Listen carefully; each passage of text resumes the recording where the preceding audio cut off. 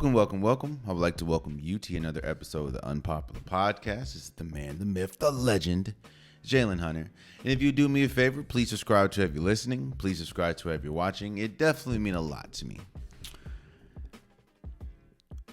It's hard when, on sports, the challenging thing a lot about sports podcast or podcasting in general, when you're talking about or when you're trying to talk about multiple different subjects, is you try not to fall into the biased category.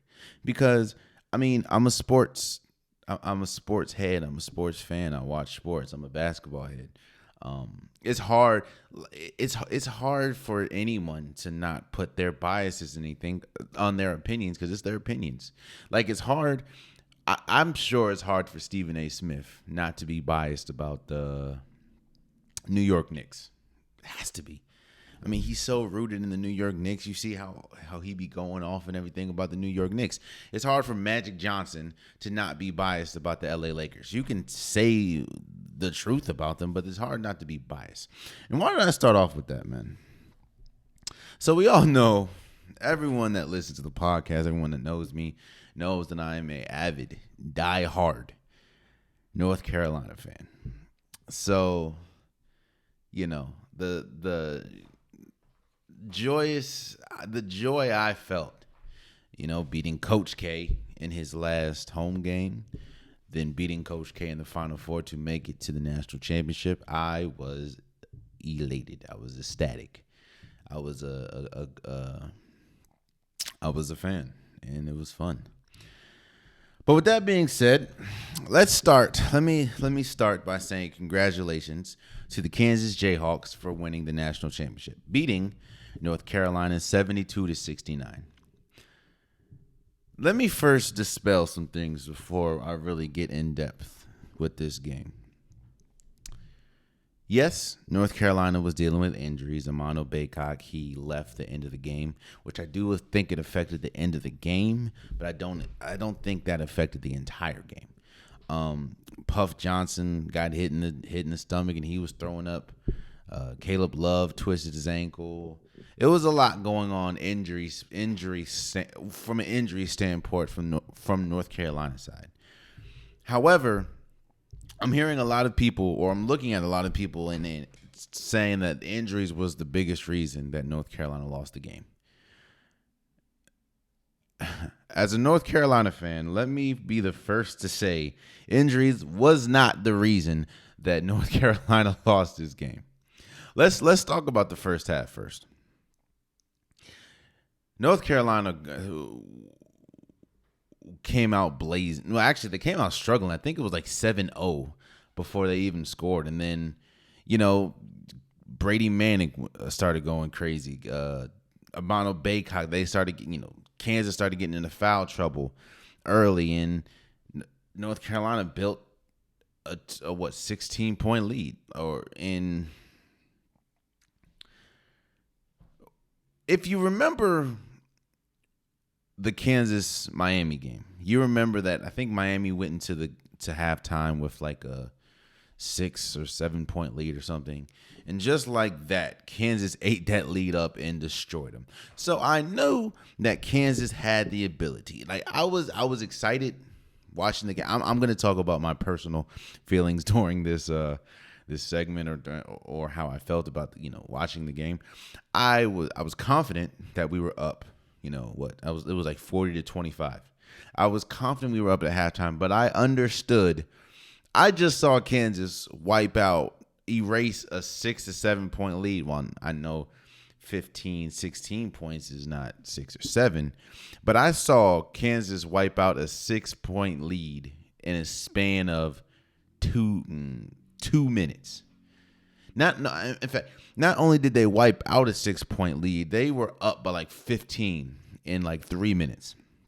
So I knew how explosive Kansas can be. When you have Wilson, when you have McCormick, when you have Abaji, when you have Braun, however you say his last name, when you have Remy Martin coming off the bench, I knew they were good enough to score. And I knew North Carolina had to maintain their composure because there's a reason why Kansas is a number one seed. You know what I mean? Uh, Now, credit to North Carolina. Usually, um, as you saw all season, they would go up against big opponents. They would go up against teams that a lot of people deemed, a lot of people deemed were better than them, and then they would fold like that. They did that all season. Well, not all season. They did that especially the beginning of the season. Hell, people was calling for Herbert Davis' job. You know what I mean? Like it was a tough sledding for North Carolina, but they made it there.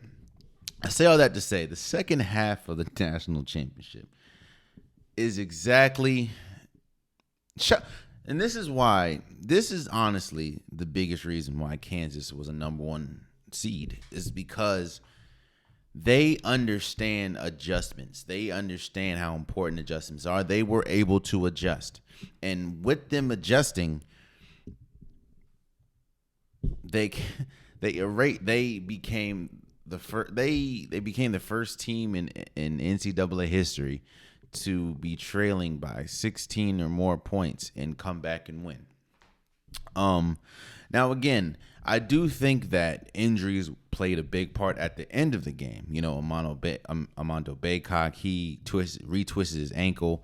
He had to go out, so we definitely lost some size, which you saw the last two possessions that Kansas had.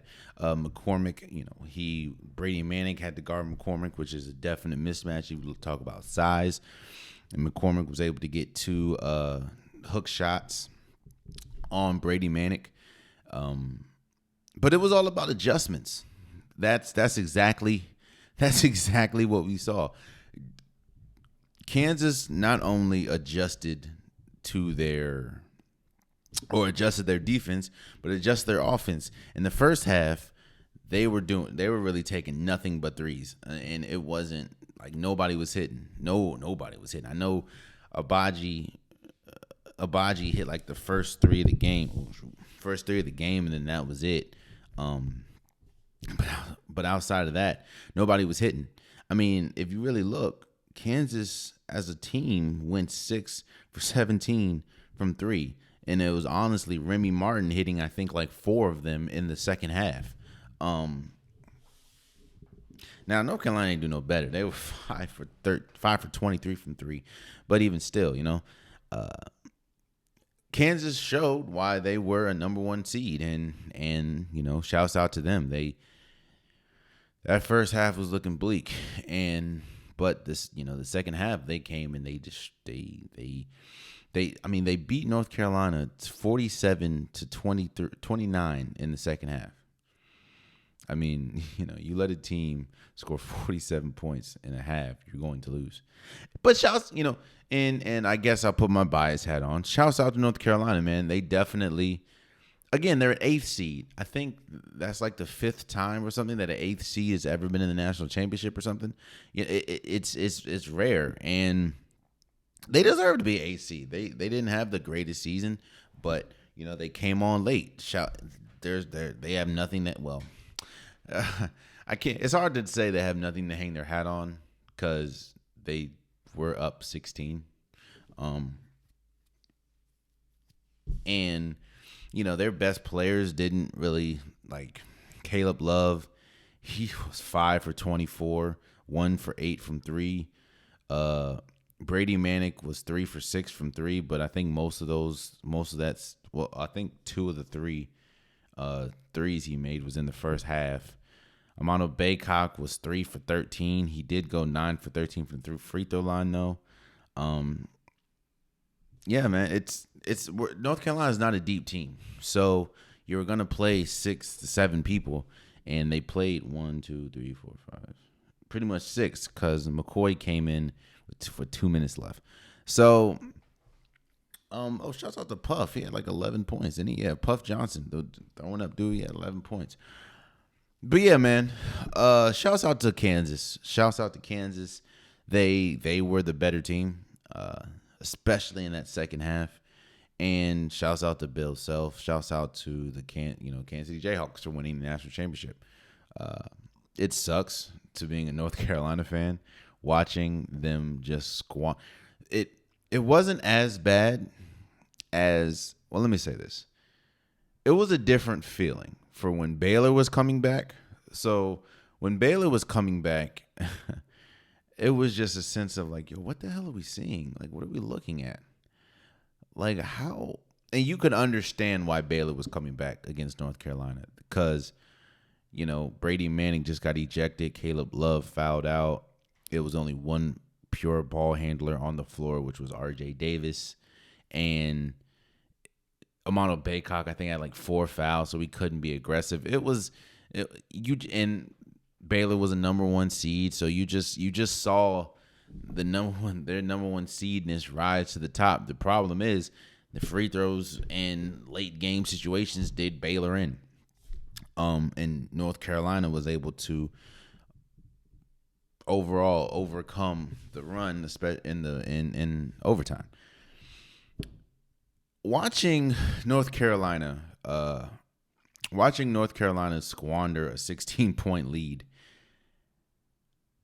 I say it felt different because you were looking at it and you were seeing a team that was so discombobulated because of the adjustments that Kansas was making. Kansas was doing what they should have done the first half, and that was utilize not only their strengths but exploit North Carolina's weaknesses, which were North Carolina has had a problem all season with fouls. I mean, Leaky Black getting 4 fouls was huge, especially for a team that is not deep. It was huge because you had to bring in now Puff Johnson. Puff Johnson played 18 minutes. I know that may not sound like a lot, but Puff Johnson did not wake up the national championship day expecting to play 18 minutes. But it's what it is. Shouts out to North Carolina. I think, I know, I know Brady Manning. He's gone. His eligibility probably ran out. I know Caleb Love should declare for the draft. It was shouts out to North Carolina. They had a hell of a season, man. They had a hell of a season. I don't know what Amano Baycock's gonna do. He's a junior. And shouts out to Kansas, man. I know Abaji. He's definitely gone. I know he's a senior, but he's gonna go to the draft. Probably McCormick's probably gonna go too, and he's a senior, and he's also along with Amano Baycock. He's a Virginia product. So shouts out to Kansas for winning the national championship. Shouts out for North Carolina for having a great season. I'm not one of those people where, you have nothing to hang your hat on, bro. You're playing for the national championship. Like, it sucks. Don't get me wrong. It sucks, especially as a fan. You want to see that. I want to see them win. But they did what they could do. So shouts out to North Carolina for make it to the national championship and having a pretty good season, especially if you look at how the season started to how it ended. We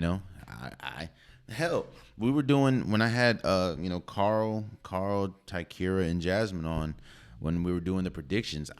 It was hard for me to pick North Carolina because to me they were a wild card team, and they made it all the way to the national championship. So shouts out to them, and shouts out again to Kansas. I'm not going to let my fandom overshadow the fact that Kansas won the national championship by 3. So, shouts out 72-69.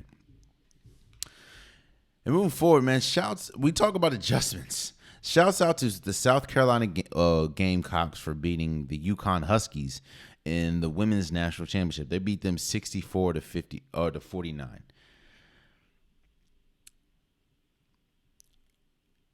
If you want a synopsis of this game, you want to know how the game was so lopsided, I will urge you to look at two things. One, look at the rebounding disparity. So UConn as a whole, the entire team, had 24 rebounds. 24. That's UConn as a whole. That's the whole team. South Carolina as a whole had 49. That's more than double UConn. That's one. Number two,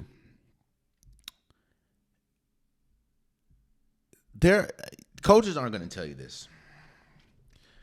Because coaches aren't going to tell you this because, I mean, you have to pretty much go down with the ship. You're the coach. So coaches aren't going to tell you the truth a lot. But there are things and there are times when the truth cannot be. You can see the truth on people's faces. In 2016,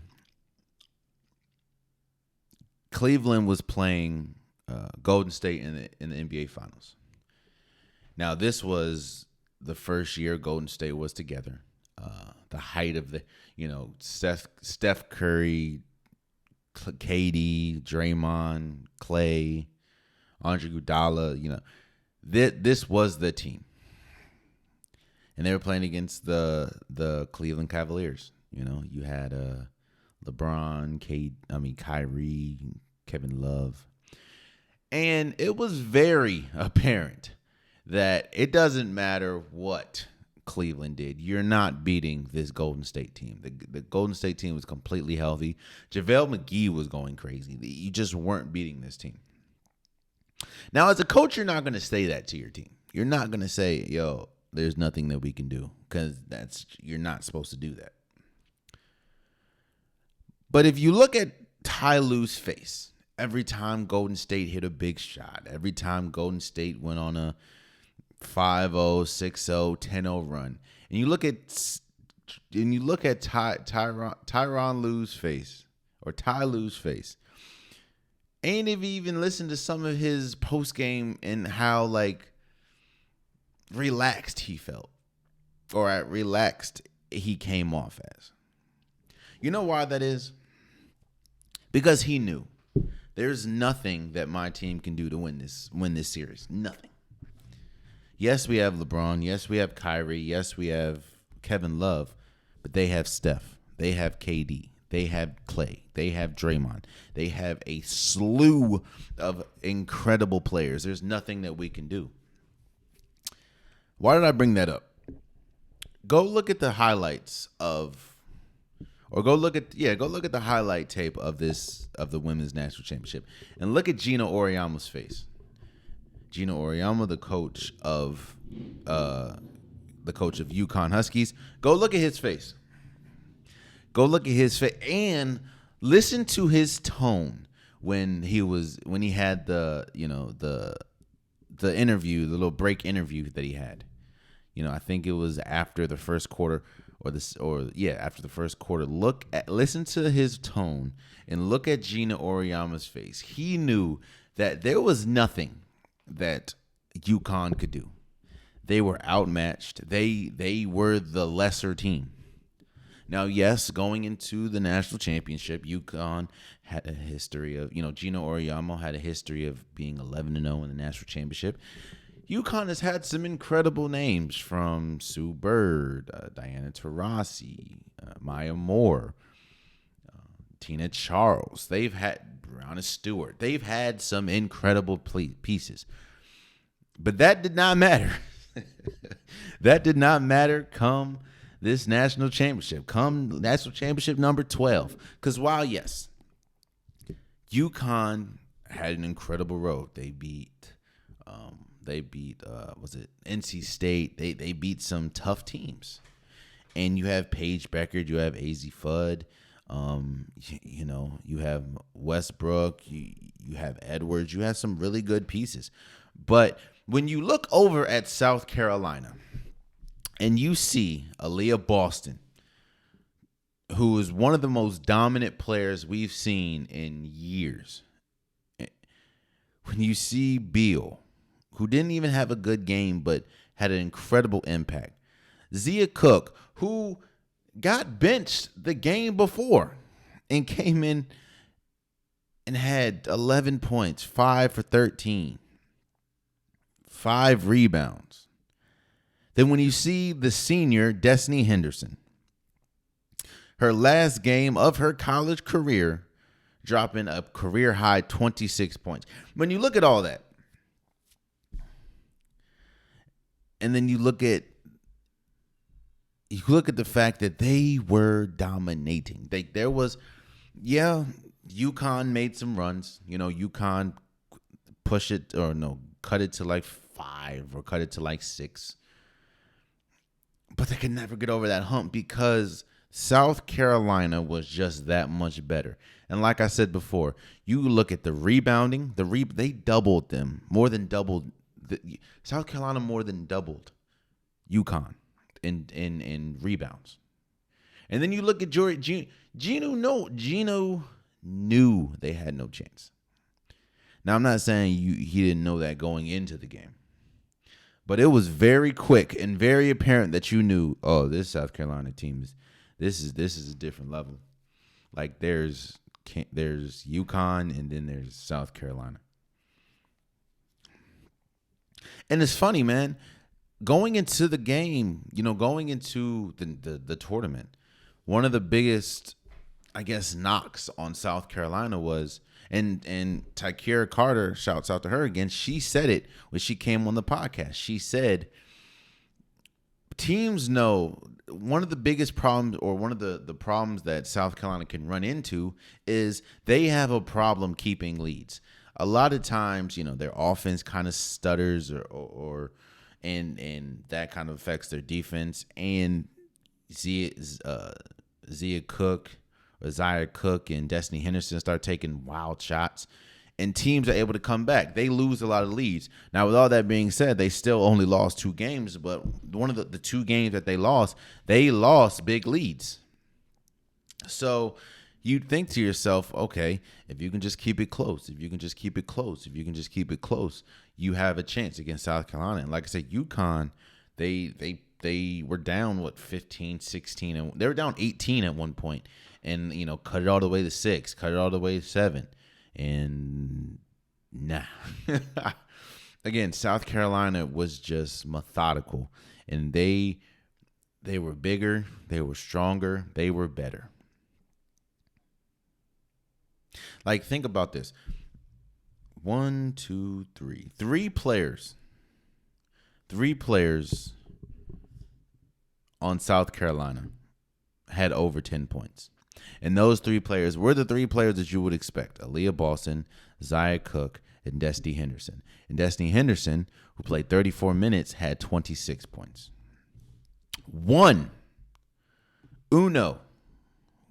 player for UConn had over 10 points, and that was Paige Beckers, who had 14 points.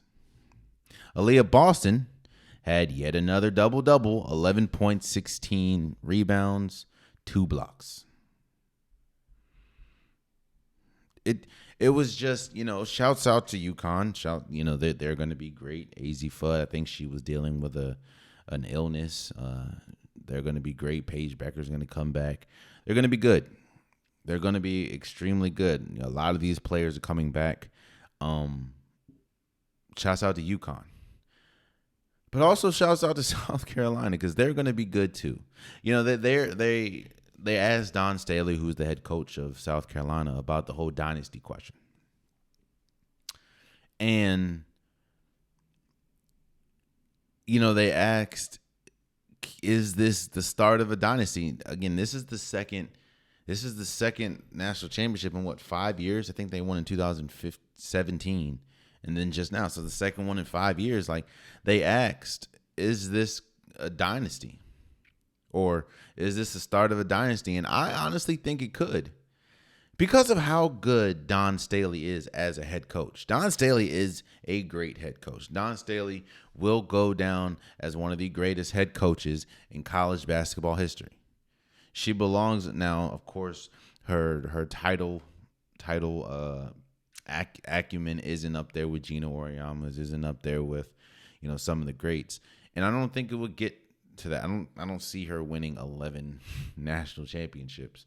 But Don Staley is one of the best coaches in all of college basketball, both men's and women's. And, you know, you even heard her say there's 5-star athletes, 5-star recruits that didn't even get to see the floor and was okay with it, bought into it. And of course, it ultimately rewarded them with the national championship. And I mean, if you look, Aaliyah Boston is a junior. She could possibly come back. Beal is a junior. She's probably coming back. Zaya Cook is a junior. She could probably come back. Sexton is a senior. She's gone. But I'm just saying, like, they have, again, there was 3 or 4 players that are 5-star athletes that didn't even get to see the floor, played a minute, and are coming back. And of course, the culture that South Carolina is, developing. I mean, you had Asia Wilson, who was a WNBA MVP. Like, yes, it's South Carolina's going to be here for a while. Dawn Staley has a way. Again, she's one of the greatest coaches in college basketball history. And I know it's early, but you can just tell. She again, and I don't think that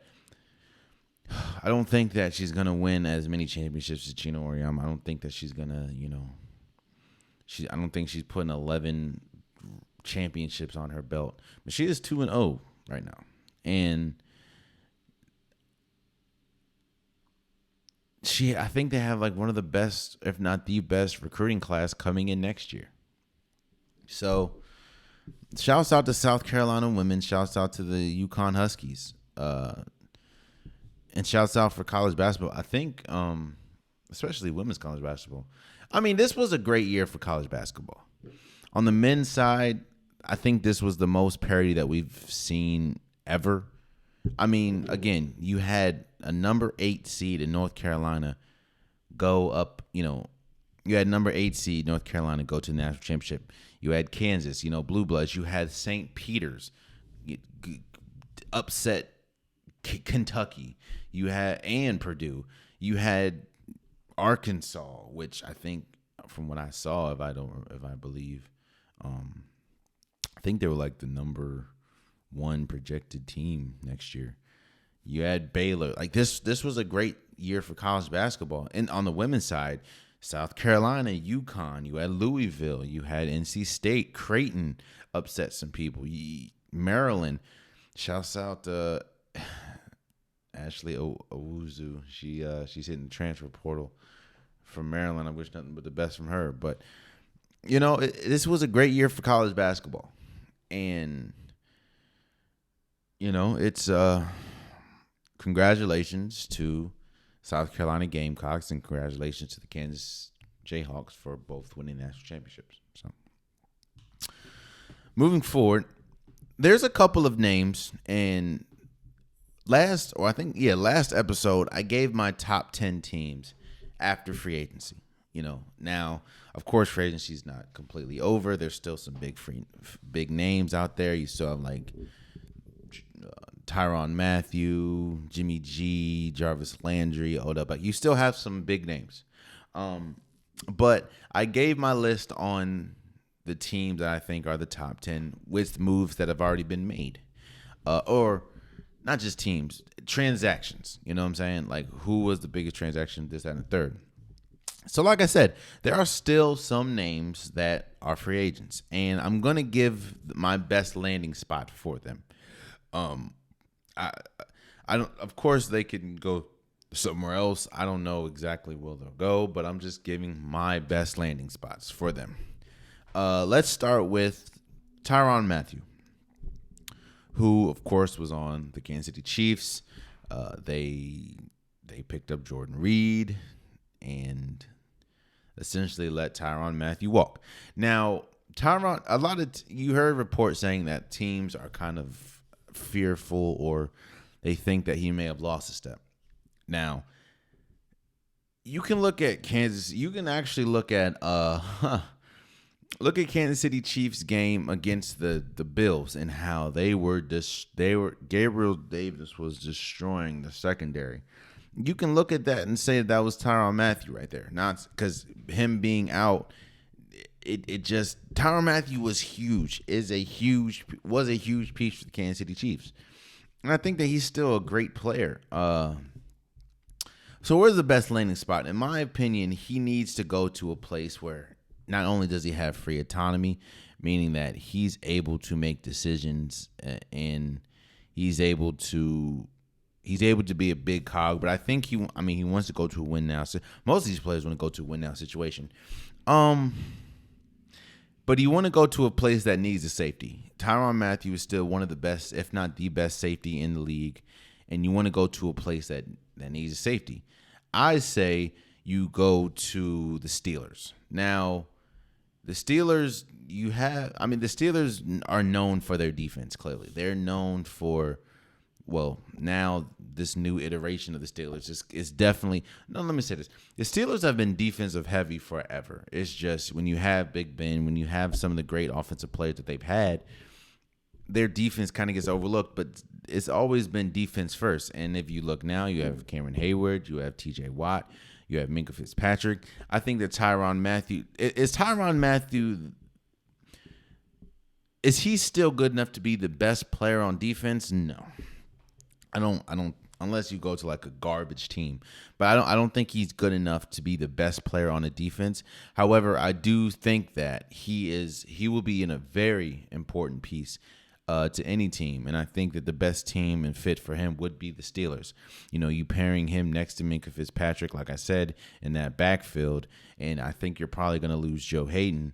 I think it'll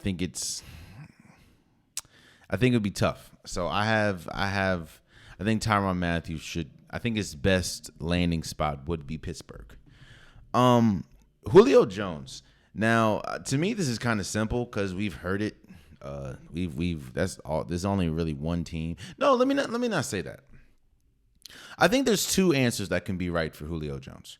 I think the answer that we've heard, which is Indianapolis Colts. You pair him next to Matthew Stafford. I'm sorry, not Matthew Stafford. You pair him next to Matt Ryan. You pair him next to Micah Parsons. Not Mark. What am I talking about, bro? Michael Pittman. I'm sorry. You pair him next to Michael Pittman. That would be a good spot. However, I'm also looking at it in a sense of which team is in dire need of a wide receiver right now. And if you look in Green Bay lost their top two receivers, which was Devontae Adams, who is arguably the best wide receiver in the league, and Marquez Valdez-Scantling. You lose that. I think Julio Jones would be great and very important for Green Bay. Now, I don't know if they have the money to pay him, and I think Julio Jones more than likely will end up in Indianapolis, but I think that would be a great spot. I think he'll definitely be needed and be important in Green Bay. Kind of the same way I feel about the next person, which is Odell Beckham Jr. Now, Odell Beckham Jr. had a chance to go to Green Bay, but of course he chose L.A., which ultimately was clearly the right decision that he made because, he won a championship or a Super Bowl. But that tearing the ACL definitely was huge. He's not gonna be there for most of the season, so I do think that definitely affected his free agent market. As far as money, I still think that he is a high commodity, and I think that he played himself and showed people that he can still be a number one receiver, even next to Cooper Kupp. But I think Odell Beckham Jr. is going to go back, and I think the best landing spot for him is back with the Rams. The Rams just picked up Allen Robinson, and they also traded Robert Wood. So, and again, Odell Beckham Jr. is not going to be ready for majority of the season. So when he does come back, you have Odell Beckham Jr., you have Cooper Kupp, and you'll have Allen Robinson. It's with Matthew Stafford throwing you the ball. You still have Cam Akers running the ball. I just think Odell Beckham Jr. can be used, and I think that he would be needed if you look at teams like the Eagles, look at teams like Green Bay, look at teams like he probably wants to stay sunny, so look at teams like the Chargers, the Raiders, maybe, even though they just got Devontae Adams. But I just think that he's going to stay. I think his best option is to stay with the Rams for maybe a year or two. So I just think Odell Beckham would stay with the Rams. I think that's his best fit and his best option, or what he should do. Then you have Stephon Gilmore, who surprisingly I have not heard much about. Stephon Gilmore is arguably the best cornerback in football. And, we know the departure that happened with New England, and now, he went to the Panthers, and it didn't really work out. He did go there, he wasn't completely healthy, but Stephon Gilmore, again, is still one of the best corners in football. And I'm looking for, of course, I think the biggest reason why he is still a free agent is because he wants to go to a winning team and seeing, where he can play best at. Now, my first suggestion, or my first thing that I think he should have done, he could go, is Baltimore. But I don't know how Baltimore is going to pay him because they still ain't pay Lamar. And Baltimore isn't as bad as people think, because again, their whole team was pretty much decimated with injuries last year. So the team that we saw last year more than likely is not going to be the team that you see this year. I mean, you're going to get Marlon Humphreys back. You're going to get Marcus Pepper or Marcus. You're going to get Peters back. You're going to get the entire running core back. It's just, I don't know if they can afford Stephon Gilmore. So I think the best bet for him is to go to, I'll say the Buffalo Bills. The Buffalo Bills are still trying to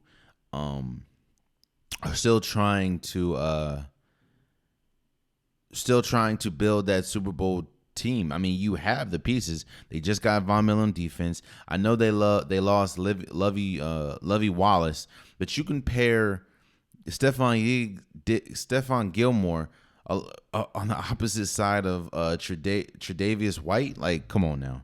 And of course, like I said, you still have Micah. You still have, like I said, you just got Von Miller. And I think that would be perfect for him. He's aging, so he's not, the cornerback that he was definitely in Pittsburgh, but I do think that him being on the Buffalo Bills will definitely help. Jarvis Landry. So we know about him getting released from Cleveland, and then once Cleveland signed or traded for Deshaun Watson, you're hearing rumblings about him coming back. I think that'll be. Jarvis Landry's not a number one receiver, so I think that his best bet is to go to a place that has a number one receiver, but also still needs a receiver. So, I think Jarvis Landry would be good with Oakland.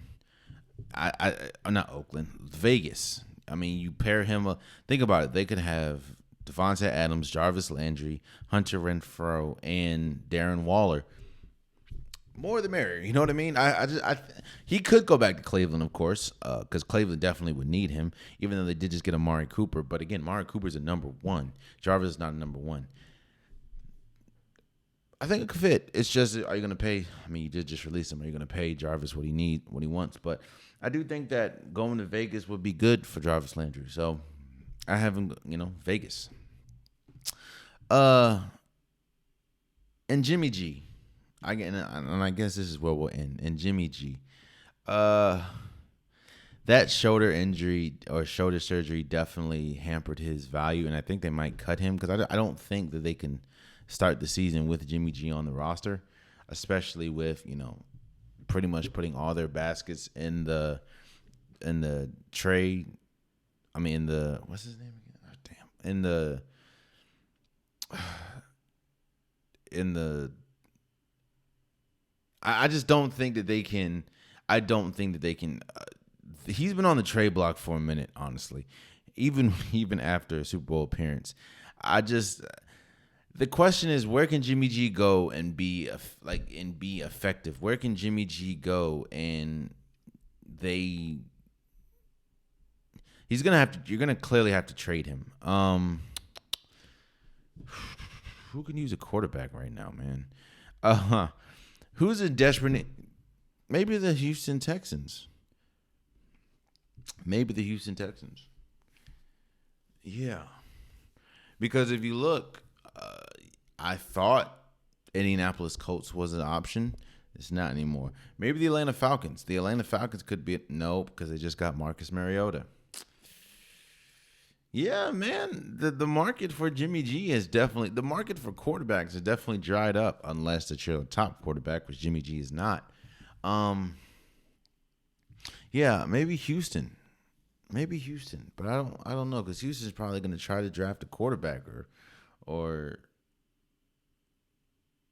yeah, I don't know. That's hard. Where's Jimmy G go, man? I don't know. I think that they're going to probably try to trade him. Um, damn, I don't know, man.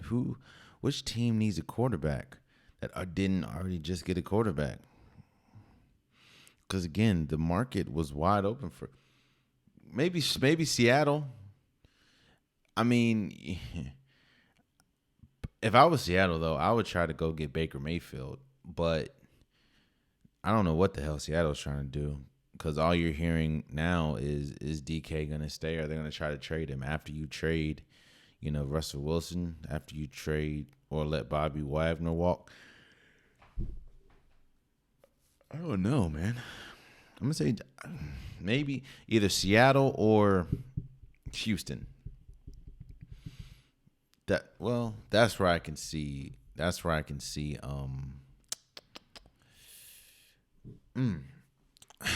Yeah, I don't. That's where I could.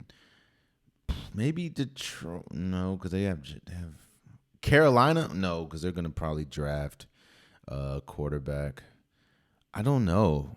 Like I wrote down in my notes. I wrote down the Seattle Seahawks. But if I'm Seattle, why not try to go get Baker Mayfield? So I don't know, man. I do not know. Maybe Jimmy G is not a starting quarterback next year. Then in that case, like, why not go to maybe a Titans or a Colts or I don't know. Jimmy G's a tough one. So, lastly, before we go, Magic Johnson was on First Take. This week, pretty much saying that the biggest reason. Okay, let me say, he was talking about DeMar DeRozan not being a Laker, and Russell Westbrook being a Laker, and mainly that is because LeBron James wanted Westbrook more than he wanted DeMar DeRozan, and a lot of people are kind of pinning those comments to Magic Johnson blaming LeBron James for this season. And then you heard Anthony Davis say, how different the season will look if everyone was healthy, if LeBron James didn't get hurt, if Anthony Davis didn't get hurt twice, if Kendrick Nunn didn't get hurt. Let me first address the let me first address the Anthony Davis comment. I agree with Anthony Davis in the sense of the season will look drastically different if everyone was healthy. If he didn't go out and miss the time that he did, if Kendrick Nunn was there, if LeBron James didn't get hurt, the Lakers will look drastically different. Now, with that being said, do I think that they would? I think that they'd probably be in the playoffs, or maybe the play-in, seeing as though they just lost to the Suns last night. I will say that they would be in the play-in. But the problems that plagued the Lakers are not problems that would have been justified or been rectified if everyone was healthy. The Lakers still don't play defense. In fact, the Lakers are one of the worst defensive teams in the league. That, while yes, it would have probably been a little better because Anthony Davis was protecting the rim, they'd still be a bad defensive team. Russell Westbrook still ain't playing no defense. Russell Westbrook still ain't really good shooting the ball at all. So, do I think that it'll be different? Yeah. Do I think that they'd probably be in the play-in or playoffs? Yes. Do I think that they have a chance to win a championship? No, because the problems and the problems and concerns that people had going into the season, seeing as though they're the oldest team in NBA history, are even with them on the floor. And Kendrick, I promise you, Kendrick Nunn wouldn't do much to change the situation. But all that, no, people are still going to go at Carmelo Anthony anytime he's on the floor. People are still going to try to make Russell Westbrook shoot the ball. People are still going to go. Quasi kept LeBron James while he's scoring 30 a game. He still ain't playing no defense. No one's playing defense. And Quasi kept, we saw what they looked like with Anthony Davis. And while they looked different, they still were losing games they should have lost or they should have won because of the defense. So with this notion that it will look different, yes, the Lakers will look drastically different if Anthony Davis and Kendrick Nunn didn't get hurt. But would they be in the same situation as far as underachieving, have no shot to win the championship? Yes, in my opinion. Now with the Magic Johnson comment, I understand that LeBron James is LeBron James. Trust me, I understand he's, a lot of people's eyes, he's the greatest player of all time. I get that. But there's reason why there's roles. And I know it's harder, said than done. But there's a reason why there's a difference between an owner, a GM, and a player. The GM/owner's job is to make the best decision for the team. Now, a player is always going to look what's best for themselves. Like, a player is always going to want to play with people. A player is always going to have input, which they should. They're the players. But you can look on paper, bro. And anybody that knows basketball, anybody that knows sports can tell you that maybe Russell Westbrook and LeBron James are not the best pairing. And maybe DeMar DeRozan pairing with LeBron James would be a little bit better. Or hell, I don't know if you remember, but you had Buddy Hield. That probably could have, or you had a Buddy Hield trade before you had the Westbrook trade. That probably could have helped too. Seeing as though the Lakers are arguably the worst three-point shooting team in the league. So I understand that LeBron James is going to have an output. I mean, it's LeBron James. I would not expect him not to. But there are certain, you have to do what's best for your team. So with Magic Johnson and people pretty much saying that it's LeBron James' fault, I do think that he played a huge part in them choosing Russell Westbrook over DeMar DeRozan. But at the end of the day, you have to look at the person that's building the team. LeBron James is not building the team. Yes, again, he has probably more output than other people because he's LeBron James. He's not building the team. He's not the one pulling the trigger. That's the GM, Rob Pelinka, and the owner. So I don't think it's fair that you put the blame on LeBron. I do think that LeBron does deserve some criticism, but I don't think that you can put it on him, or put the blame on him. So, hey, but there you have it. That's been today's episode of the Unpopular Podcast. I appreciate you guys. If you want a Popular Podcast shirt, hoodie, sweater, long sleeve, joggers, the link is in the description below. I have multiple different colors, multiple different designs. Yay. Get your Unpopular Podcast merch today. Also, please subscribe to have you listening. Please subscribe to have you watching. If you can, share it, comment, leave a like. Hell, leave a dislike if you don't like it. I'm just trying to get, the algorithms going. I want more people to experience the Unpopular Podcast, whether that's on the DSPs, whether that's on YouTube. I'm just trying to get more people to experience it, and I can't do it without you guys' help. Rate it if you listen on DSPs, maybe Apple Music, 5 stars if you like it. I don't know. I'm just trying to get more people engaged. So, oh, and if you do leave a comment, 9 times out of 10, I'm going to respond. Happy birthday, Brittany. And until next time, much love.